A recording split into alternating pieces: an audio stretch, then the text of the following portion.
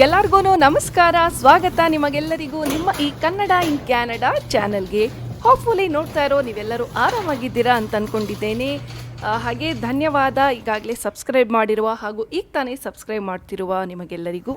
Hopefully ಇವತ್ತಿನ vlog ಇಷ್ಟ ಆಗುತ್ತೆ ಅಂದ್ಕೊಳ್ತೇನೆ. ಇವತ್ತು ನಾನು ನಿಮ್ಮ ಜೊತೆ ಶೇರ್ ಮಾಡ್ಕೊಳ್ತಿರೋದು ಕೆನಡಾದಲ್ಲಿ ಈಗ ಎಂತೆಲ್ಲ ಆಗ್ತಾ ಇದೆ ಅಂತ ಹೇಳಿಬಿಟ್ಟು. ಕ್ಯೂರಿಯಾಸಿಟಿ ಇರೋರಿಗೆ ಇಷ್ಟ ಆಗುತ್ತೆ ಅಂದ್ಕೊಳ್ತೇನೆ. ಅಂದಹಾಗೆ 17th January ಈಗ ಮಕ್ಕಳಿಗೆಲ್ಲ ಇನ್ ಪರ್ಸನ್ ಕ್ಲಾಸ್ ಸ್ಟಾರ್ಟ್ ಆಗ್ತಾ ಇದೆ. ಹಾಗಾದರೆ ಕೋವಿಡ್-19 ಪರಿಸ್ಥಿತಿ ಎಂತ ಉಂಟು ಅಲ್ಲಿ ಅಂತ ಹೇಳಿದ್ರೆ ತುಂಬಾ ಹದಗೆಟ್ಟಿದೆ. ಅಂದರೆ ತುಂಬ ಕೇಸಸ್ಗಳು ಬರ್ತಾ ಇದೆ ಅಂತ ಹೇಳಿದ್ರೆ ಎಲ್ಲಿ ತನಕ ಅಂದರೆ ಈಗ ಅವರು ಕೌಂಟಿಂಗ್ ಮಾಡಿ ಎಕ್ಸಾಕ್ಟ್ ನಂಬರ್ಸ ಹೇಳ್ತಾ ಇಲ್ಲ. ಹಾಗಾಗಿ ಅದೊಂದು ಬೇಸರದ ಸಂಗತಿ. ಮತ್ತು ಈಗ ನಮಗೆಲ್ಲರಿಗೂ 3rd ಡೋಸೇಜ್ ತಗೊಳ್ಬೇಕು. ಹಾಗೆಯೇ ಹೆಲ್ತ್ ಇಶ್ಯೂ ಇರುವವರಿಗೆ, ಅಂದರೆ ಅವರ ಇಮ್ಯುನಿಟಿ ಸಿಸ್ಟಮ್ ಹೆಚ್ಚು ಸ್ಟ್ರಾಂಗ್ ಇಲ್ಲದಿದ್ದರೆ ಅವರಿಗೆ 4ನೇ ಡೋಸೇಜ್ ಸಹ ತಗೊಳ್ಬೇಕಾಗತ್ತೆ, ಬೂಸ್ಟರ್ ಇದು. ಹಾಗಾಗಿ ಅದೊಂದು ಬೇಸರದ ಸಂಗತಿ. ಮತ್ತು ಹಾಗಾದರೆ ಶಾಲೆಗಳಲ್ಲೆಲ್ಲ ಹೇಗೆ ನೋಡ್ಕೊಳ್ತಾರೆ? ಈಗೆಲ್ಲ ಹೆಚ್ಚಿರುವಾಗ ಆನ್ಲೈನ್ ಮಾಡ್ಬೋದಲ್ಲ ಅಂತೇನಾದರೂ ನೀವು ಅಂದ್ಕೊಂಡ್ರೆ, ಗವರ್ಮೆಂಟಿನಿಂದ ತುಂಬ ಜಾಗ್ರತೆ ಮಾಡ್ತಾ ಇದ್ದಾರೆ. ತುಂಬಾ ಎಕ್ಸ್ಟ್ರಾ ಅವರು ಪ್ರಿಕಾಷನ್ ತಗೊಳ್ತಾ ಇದ್ದಾರೆ. ಫಾರ್ ಇನ್ಸ್ಟೆನ್ಸ್ ಹೇಳೋದಾದರೆ ಎಲ್ಲ ಟೀಚರ್ಸ್ಗೆ N95 ಮಾಸ್ಕನ್ನು ಕೊಡ್ತಾ ಇದ್ದಾರೆ. ಹಾಗೆಯೇ ಶಾಲೆಗಳಿಗೆ HEPA ಫಿಲ್ಟರ್ಸ್ ಅಂತ ಹೇಳಿದ್ರೆ ಅಲ್ಲಿ ಒಳಗಡೆ ಬಂದಾಗಿರೋದ್ರಿಂದ ಶಾಲೆಗಳಲ್ಲಿ ಆ ಏರಿನ ಒಂದು ಕ್ಲಾರಿಟಿ ಚೆನ್ನಾಗಿರಬೇಕು, ಮಕ್ಕಳಿಗೆ ಯಾವುದೇ ರೀತಿಯ ಇನ್ಫೆಕ್ಷನ್ ಆಗಬಾರ್ದು ಅಂಥೇಳಿ. ಹಾಗೆ ಮಕ್ಕಳಿಗೂ ಸಹ ಮಾಸ್ಕನ್ನು ಒದಗಿಸ್ತಾ ಇದ್ದಾರೆ. ಅಂದಹಾಗೆ ಡಿಸೆಂಬರ್ ತಿಂಗಳಲ್ಲಿ ಮಕ್ಕಳಿಗೆ ರಜೆ ಆಗೋ ಹೊತ್ತಿನಲ್ಲಿ ಕೋವಿಡ್-19 ಒಂದು ರ್ಯಾಪಿಡ್ ಟೆಸ್ಟ್ ಡಿವೈಸನ್ನು ಕೊಟ್ಟಿದ್ರು. ಈಗ ಎಂತ ಮಾಡ್ತಿದ್ದಾರೆ ಅಂದರೆ, ಮಕ್ಕಳು ಈಗ ಪುನಃ ಶಾಲೆಗೆ ಹೋದಾಗ ಈ ರೀತಿಯ ಡಿವೈಸ್ ಎಲ್ಲರಿಗೂ ಸಹ ಎರಡೆರಡು ಕೊಡಲಿಕ್ಕೆ ಒಂದು ಅರೇಂಜ್ಮೆಂಟ್ ಮಾಡಿದ್ದಾರೆ. ಹಾಗೆ ಈಗ ಮಕ್ಕಳು ಶಾಲೆಗೆ ಹೋಗುವಾಗ ಕೆಲವರು ಬಸ್ಸಿನಲ್ಲಿ ಹೋಗೋದುಂಟು. ಈಗ ನನ್ನ ಮಗ ಸಹ ಹಾಗೇನೆ, ಅವನಿಗೆ ಸ್ಕೂಲ್ ಬಸ್ಸಿನಲ್ಲಿ ಹೋಗಿ ಬರೋದಿದೆ. ಹಾಗಾದರೆ ಹೇಗೆ ಅವರು ಎಂಥ ಜಾಗ್ರತೆಯನ್ನು ಮಾಡ್ತಾರೆ ಅಂತ ಹೇಳೋದಾದರೆ, ಮೊದಲಿಗಿಂತಲೂ ಇನ್ನು ಎಕ್ಸ್ಟ್ರಾ ಕೇರ್ಫುಲ್ ಆಗಿರ್ತಾರೆ. ಡ್ರೈವರ್ ಅವರಿಗೆ ಸಹ N95 ಮಾಸ್ಕನ್ನು ಕೊಟ್ಟು ಅವರ ವ್ಯಾಕ್ಸಿನೇಷನ್ ಆಗಿದ್ದೆ ಅದೆಲ್ಲ ಅವರು ನೋಡ್ಕೊಳ್ತಾರೆ, ತುಂಬ ಜಾಗ್ರತೆ ಮಾಡ್ತಿದ್ದಾರೆ. ಈಗ ನಾನು ಮತ್ತು ಪ್ರಭು ಅವರು ಈಗ 3rd ಡೋಸೇಜ್ ಅಂದರೆ ಬೂಸ್ಟರ್ ತಗೊಳ್ಬೇಕಾಗಿದೆ. ನಾನು ಮಡೋನಾ ತಗೊಂಡಿರೋದ್ರಿಂದ ನನಗೆ ಅದೇ ತಗೊಳ್ಬೇಕಾಗತ್ತೆ. ಹಾಗೆಯೇ ಪ್ರಭು ಅವರು ಫೈಸರ್ ತಗೊಂಡಿರೋದ್ರಿಂದ ಅವರಿಗೆ ಫೈಸರ್ದು 3rd ಬೂಸ್ಟರ್ ತಗೊಳ್ಬೇಕಾಗತ್ತೆ. ಸೊ ಹೀಗೆ ಆಗ್ತಾ ಇದ್ದರೆ ಗೊತ್ತಿಲ್ಲ, ಈಗ ಈ ಒಂದು ಪ್ಯಾಂಡಮಿಕ್ಕಿನ ಒಂದು ಇನ್ಫೆಕ್ಷನ್ ಅಂತೇಳಿ ಈಗ ನಾವು ಅಂದ್ಕೊಂಡಿದ್ದೇವೆ ಒಮಿಕ್ರಾನ್ ಅದೊಂದು ಆಗುತ್ತೆ, ಮತ್ತೇನಾಗಲಿಕ್ಕಿಲ್ವಾ ಏನೋ ಅಂತ ಅಂದ್ಕೊಂಡ್ರೆ ಹೇಳಲಿಕ್ಕೆ ಆಗೋದಿಲ್ಲ ಅಂತ ಸಹ ಹೇಳ್ತಿದ್ದಾರೆ. ಮತ್ತು ಬೇರೆ ಇನ್ನೇನಾದರೂ ಬರುವ ಸಾಧ್ಯತೆ ಇರಬಹುದು, ಹೇಳಲಿಕ್ಕೆ ಆಗೋದಿಲ್ಲ. ಯಾಕಂದರೆ ಒಮಿಕ್ರಾನ್ ಬರುತ್ತೆ ಅಂತ ನಾವು ಅಂದ್ಕೊಂಡೇ ಇರಲಿಲ್ಲ, ಡೆಲ್ಟಾ ಸಹ ನಾವು ಅಂದ್ಕೊಂಡಿರಲಿಲ್ಲ. ಹಾಗಾಗಿ ಎಂತ ಅಂತ ಹೇಳಲಿಕ್ಕೆ ಆಗೋದಿಲ್ಲ ಈಗ ಸದ್ಯಕ್ಕೆ ಕ್ಲಾರಿಟಿ. ಹೋಪ್ಫುಲಿ ಈ ಒಮಿಕ್ರಾನಿನ ಒಂದು ಇದರಲ್ಲಿ ಎಂಡಾಗಿ ಒಂದು ಪ್ಯಾಂಡಮಿಕ್ ಎಲ್ಲ ಸರಿ ಹೋಗಿ ಎಲ್ಲರೂ ಹೆಲ್ತಿಯಾಗಿ ಆರೋಗ್ಯವಾಗಿ ಇದ್ದರೆ ಸಾಕು ಅಂತ ಅನಿಸ್ಬಿಡುತ್ತೆ. ತುಂಬ ಕಿರಿಕಿರಿ ಆಗ್ತದೆ ಕೆಲವೊಮ್ಮೆ.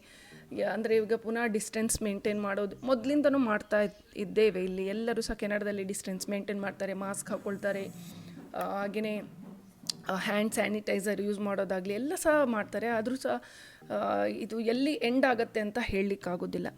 ಎನಿವೇಸ್, ಇವಾಗ ನಮ್ಮ ಕೀಕಿ ಸುಬ್ಬಿದ್ದು ಒಂದು ಸಣ್ಣ ಕ್ಲಿಪ್ಪಿಂಗ್ ಈಗ ನೋಡ್ತಾ ಇದ್ದರೆ, ಅವಳಿಗೆ ಹ್ಯೂಮಿಡಿಫೈಯರ್ ನಾನು ನೀರು ಹಾಕಿದ್ದು ಅದು ಹೆದರ್ಕೊಂಡ್ಲ ಅವಳು. ಸ್ವಲ್ಪ ಹೆಚ್ಚಾಗಿ ಅವಳ ಮುಂದೆ ಇಡೋದಿಲ್ಲ ನಾನು. ಮೊನ್ನೆ ಹಾಗೆ ವಾಶ್ ಮಾಡಿ ಕ್ಲೀನ್ ಮಾಡಿ ನೀರು ಹಾಕಿದ ಕೂಡಲೇ ಅವಳಿಗೆ ಕರೆದದ್ದು, ಹೆದರಿ ಅವಳು ಓಡಿ ರಪ್ಪ ಬರಲೇ ಇಲ್ಲ ಅವಳು.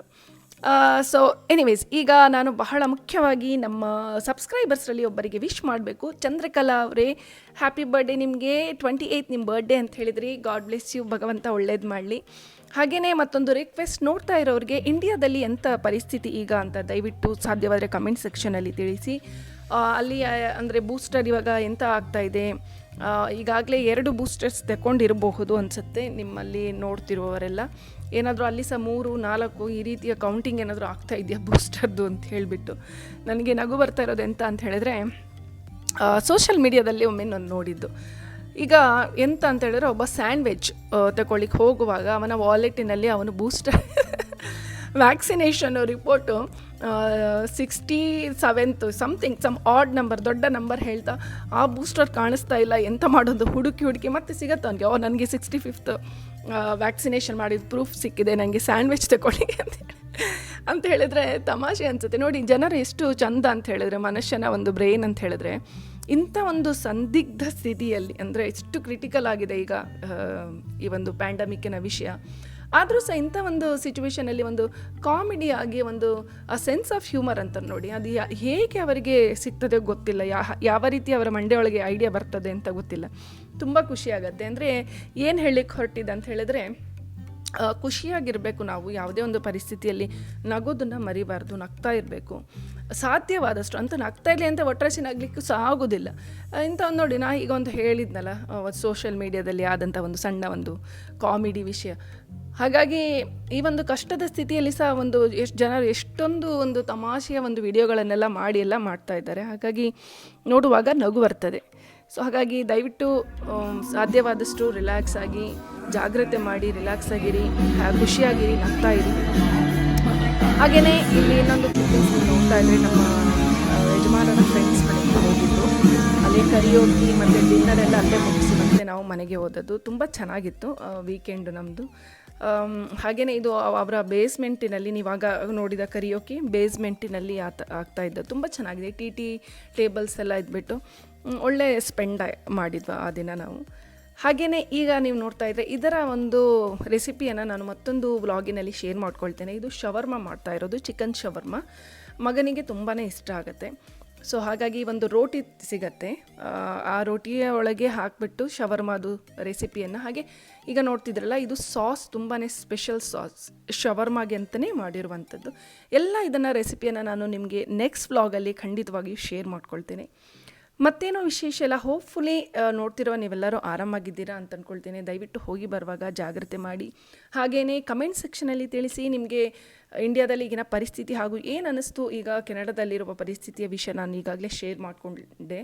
ಎಂತ ಅನ್ನಿಸ್ತಾ ಇದೆ ಅಂತ ದಯವಿಟ್ಟು ಸಾಧ್ಯವಾದರೆ ಕಮೆಂಟ್ ಸೆಕ್ಷನಲ್ಲಿ ತಿಳಿಸಿ. ಸಿಗೋಣ ಮತ್ತೊಂದು ಇಂಟ್ರೆಸ್ಟಿಂಗ್ ವ್ಲಾಗ್, ಶಾರ್ಟ್ಸ್ ಅಥವಾ ಲೈವಲ್ಲಿ.